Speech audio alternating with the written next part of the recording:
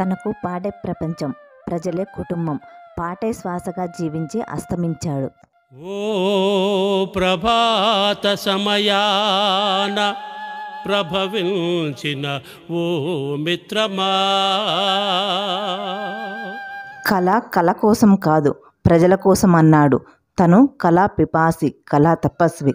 అతన్నే కానూరి వెంకటేశ్వరరావు, అందరికీ కానూరి తాత. కానూరి మాటైనా అది పాటైనా మాధుర్యంగా ఉంటుంది.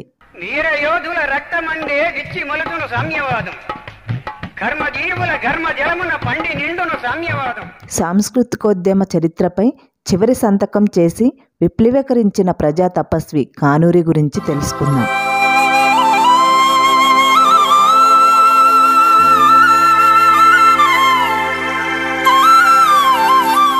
1916లో కృష్ణా జిల్లా గుడివాడ తాలూకు కోడూరు గ్రామంలో జన్మించాడు. 4వ తరగతి వరకు చదువుకున్న కానూరి చిన్నప్పటి నుంచే భజనలు, పౌరాణిక నాటకాలు, కళారూపాలంటే మక్కువ చూపేవాడు. కృష్ణలీలలు నాటకంలో ప్రముఖ సినీ నటుడు అక్కినేని నాగేశ్వరరావు కృష్ణుడిగా, కానూరి యశోదగా నటించి శభాష్ అనిపించారు.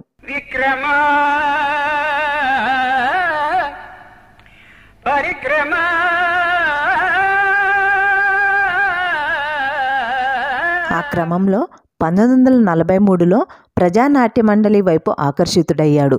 అనేక బుర్రకథలు, తెలంగాణ సాయుధ పోరాట దశలో మా భూమి ప్రజాదరణ పొందింది. 1946లో తెలంగాణ సాయుధ పోరాటానికి మద్దతుగా కళా ప్రదర్శనలు ఇస్తుంటే సూర్యాపేటలో అరెస్ట్ అయ్యి 18 నెలల పాటు జైలు జీవితం అనుభవించారు. ఆ తర్వాత అప్పటి ప్రభుత్వం ప్రజానాట్య మండలిని నిషేధించింది.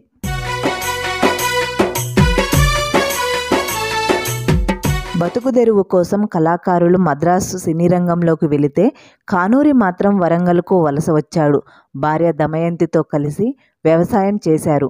ఆయనకు 4 కుమారులు, 2 కుమార్తెలు ఉన్నారు. భార్య చనిపోయినా కళారంగాన్ని మాత్రం వదలలేదు. సిపిఎం నుంచి విప్లవకారులు చీలిపోయినప్పుడు పోట్ల రామనరసయ్య గారి సాన్నిధ్యంతో నక్సల్బరీ ఉద్యమం వైపు నిలబడ్డాడు. 1974లో ఉస్మానియా యూనివర్సిటీ పీడిఎస్ ఏర్పడినప్పుడు జేసీఎస్ ప్రసాద్ సహాయంతో అరుణోదయ సాంస్కృతిక సమైక్యను నెలకొల్పారు.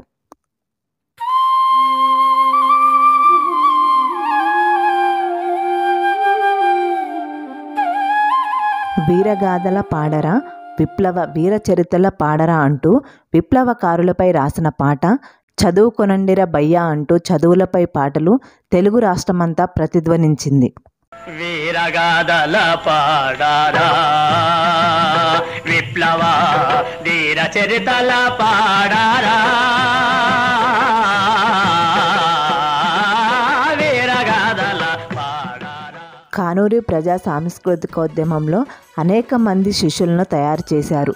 అరుణోదయ రామారావు, నాగన్న, అరుణోదయ విమలక్క, సాయిచంద్, జయరాజ్, యశ్బాల్ ఇలా ఎంతోమంది ప్రఖ్యాతిగాంచారు.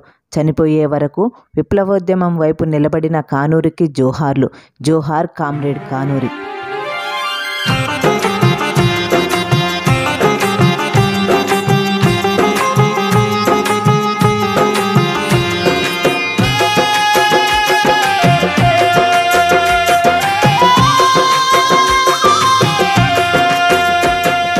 ప్రజా కళాకారుడా.